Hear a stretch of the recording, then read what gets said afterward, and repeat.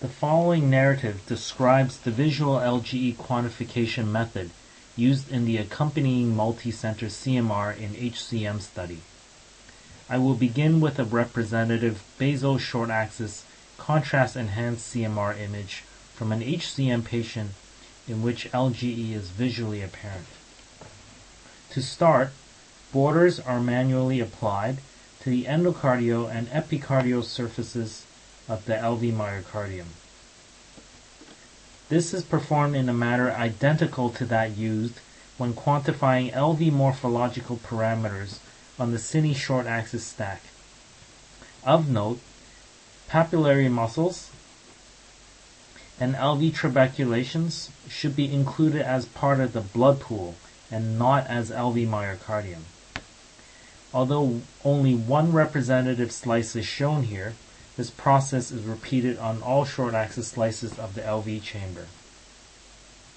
Located on the left side of the screen are a number of functional tools, including the imaging intensity slider and editing tools, but the format may differ depending on the individual software. Next, place the pointer over the intensity threshold slider, shown here on the left-hand portion of the screen. As you move the slider to the left,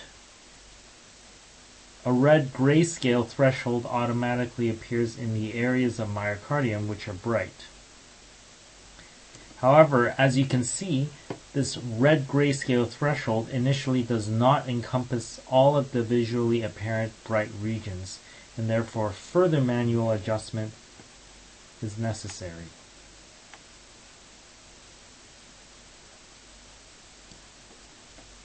Continue to move the intensity threshold slider to the left. As you're doing this, you should adjust the threshold until all visually apparent hyperintense regions are completely filled in by the red grayscale threshold. Only include the areas of visual LGE which are defined as areas of particularly high signal intensity when compared to the normal or null myocardium, which has a much darker appearance. Include areas that are somewhat less bright, regarded as gray zone intensity LGE. Next, you should visually inspect the image to confirm that only bright areas within the LV myocardial borders are included by the red threshold. In this regard, particular attention should be given to make sure that no portion of the bright blood pool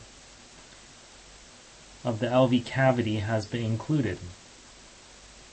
If there is any uncertainty, the LGE image can be compared to the cine SSFP image in the same plane to help differentiate myocardial LGE, which should be included, from that of blood pool, which should not be included. At this point, if necessary, additional minor adjustments can be made to the image analysis.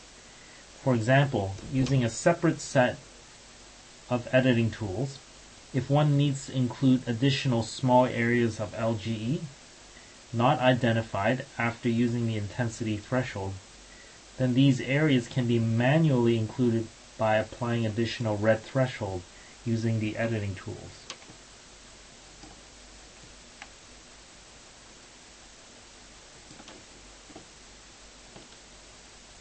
Alternatively, if there are areas of the myocardium which should not be included by the red threshold, these areas can be erased using the editing tools as well.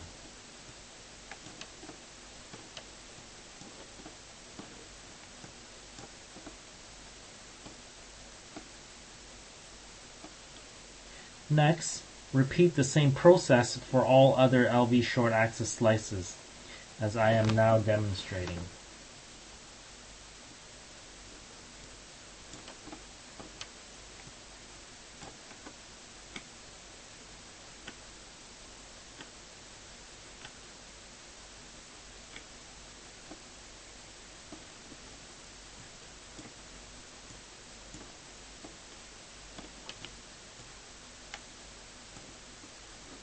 After this is complete, the software will automatically calculate the total amount of LGE in grams, which can then be expressed as a percentage of the total LV mass, or percentage LGE.